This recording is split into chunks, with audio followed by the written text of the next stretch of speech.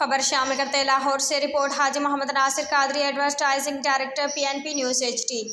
Hassan bin Thabit centre for research and نعت literature HCRN Minhaj university Lahore کے زیر اہتمام ممتاز ادیب شاعر اور نعت نگار خالد احمد مرحوم کی یاد میں تقریب کا انعقاد کیا گیا۔ منہاج یونیورسٹی کے الفارابی آڈیٹوریم میں منعقدہ تقریب میں ڈائریکٹر مجلس ترقی ادب عباس تابش نے بطور مہمان خصوصی شرکت کی۔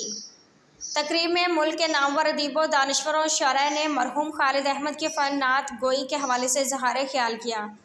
تقریب میں مدیر ماہنامہ بیاض لاہور نعمان منظور، ڈاکٹر عافر شہزاد، جمشید اعظم چشتی، حسنین صحت، جاوید احمد، اعجاز کنور راجہ، واجد امیر، پروفیسر ارشد شاہین اور منظر حسین اختر اور نے بھی خطاب کیا اور مرحوم خالد احمد کی نعتیہ شاعری اور ان کے فنی و ادبی زندگی پر ان کو خراج تحسین پیش کیا۔